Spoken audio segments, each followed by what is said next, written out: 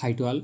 I hope you guys are really doing good. So let's come to the point. So in the last class, we discussed about some topics like packaging, compression, and GG and G and G. So now, you guys, I hope you guys have clear picture idea about these like packaging, compression, GG and G. So now today I'm going to discuss about some new topics. So that's our files and folder permissions and like what's the owner and difference between owner and group and others, and how the read write execute permissions work in the files and folders. So let's come to the topic here. So if you see here, this is what I'm able to perform these commands like files and folder permissions. Like this is the folder, this is the directories inside the folders. So this is what. So let's come to the some theory stuff, then I'll get back to some, I'll show you some practical stuff, then you guys have some clear picture idea about. So here, so what is coming to files and folder permissions, first we'll see about the files, then we'll move to folder permissions and all. So both are similar, but some difference will be there. We'll discuss now. So coming to files and folders, security is a major part in any operating system like Windows or Linux, anything, like including in Linux also. There is no like it's must and should for the files and folder security in any platform, any operating system.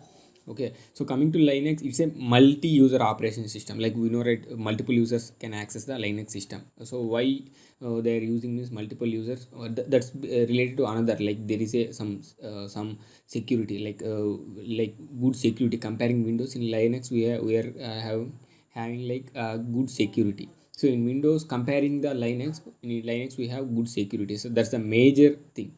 First of all, and coming to here, so Linux is a multi-operating system, and where various different users can parallelly use the mission. Like there is a multiple users, they can access parallelly the mission. So under the resources, and coming to this is the basic requirement of Linux. First of all, to build some security features and handling and protecting files and folders with multiple users accessing the missions. For example, there is a files and folders, and these files and folders, multiple users accessing the mission. So for that, there is some security features needed, right? So that's take care, that's the beauty of the Linux here. They're maintaining some security features. And coming to here, one more thing. So if one user is accessing the files and folders in Linux, so the other owners are created the other owners are created user should have all rights to protected or to be accessed or modified by another user of the by any other user of the Linux system. The whole process here can be achieved by folder permissions provided by the Linux. For example, if I'm creating some files and folders, like the master should be like all rights have access for the protecting or access are modified. They are going to give access to particular to some resource or particular to some member. That's these things are coming to that point. Those who created the files and folders, he's the master. He is accessing all these. He has all access about the modification. Like any, they're going to give access on these things and all. Here, the files and folders we created in Linux, files and folders we create in Linux by default. We don't need any assign permissions here. Okay, for accessing or modifying. So for files and folders, the permissions will come by default. So these the permissions granted by default in the Linux. So coming to general permissions of the files and folders is here: read, write, execute for the files, right? So coming to Linux has below three level of managing file permissions. Actually, one is the owner, who is the, like previously discussed, right, the creator of the files and folder. And coming to the group, the file belongs to particular group. For example, I created a file, I moved to some particular group, so the file belongs to particular group and those user permissions. So under that folder permissions. Okay, coming to others, so there is a one user, that user belongs to that file group, but he's not a user. Okay, so but the user will be in the group, so that the user called as a others. Okay, coming to file here, so we have three permissions will be there. Like we have access for read, write, execute. Then I'll show you here how this read, write, execute in the console. I'll show you. So coming to read, we are able to see the contents of the file. Okay, so using the cat grep like echo, so we are able to see, right, the we are able to see the permissions also. I'll show you about these permissions and I'll using these commands. Coming to write, we are able to modify the contents of the file or we can delete as well. Okay, here the we have access, we can re-edit and we can content of the file and we can delete also. Okay, so coming to execute, if the file contains any programmings instructions, then we are able to run it, we are able to execute and we are able to perform execution.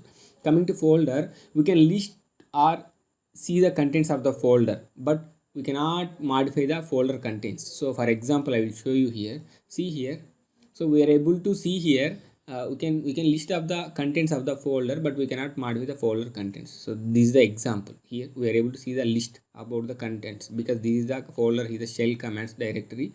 Under the shell commands we have these files, this is the size of the file, and the commands, this is the one here, right, diff and cmp. Here let me show you. See here, this is the files we are able to see, right.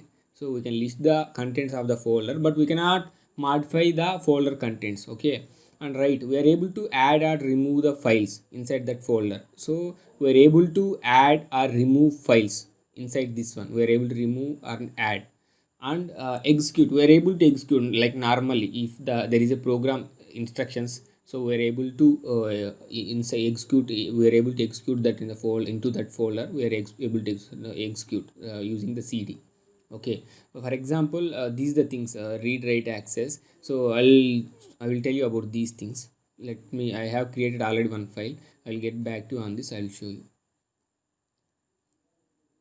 here. Let me go back to here. Yeah, this is the one. So lsl, what's the file first? See here, now we are able to see, right. Let me go back to read write. Okay, this is the file, the read write. Okay, so this is the read write, only have this is the user. Okay, this is the access for the root user, those who created, so they have access read and write, and the group.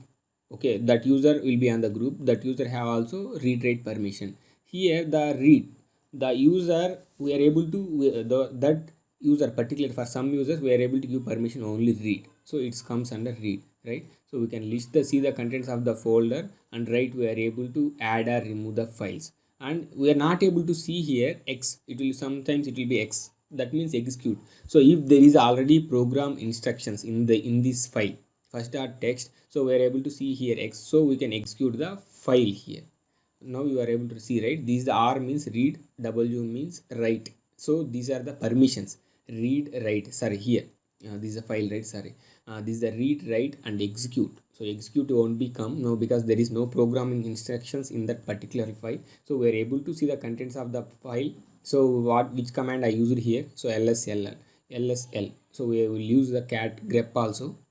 So right, we are able to modify. Now I'm able to modify this one, this file. So let me show you, I'll get back to, and I'll show you one first. So this is a gedit, we can modify here. So see, there is a 3 ports, so I'll saving one more port here. So I'm saving here and I'm closing this one. So what's the previous, we're able to see, right. Now I'll show you cat. See, now we are able to see that we are able to modify the particular read and write permissions. Now there is no programming instructions in that. If there is a program code, then we are able to execute. I hope you guys are able to understand about files and folders permissions. If you like the video, please hit on the like and subscribe. Thanks for watching.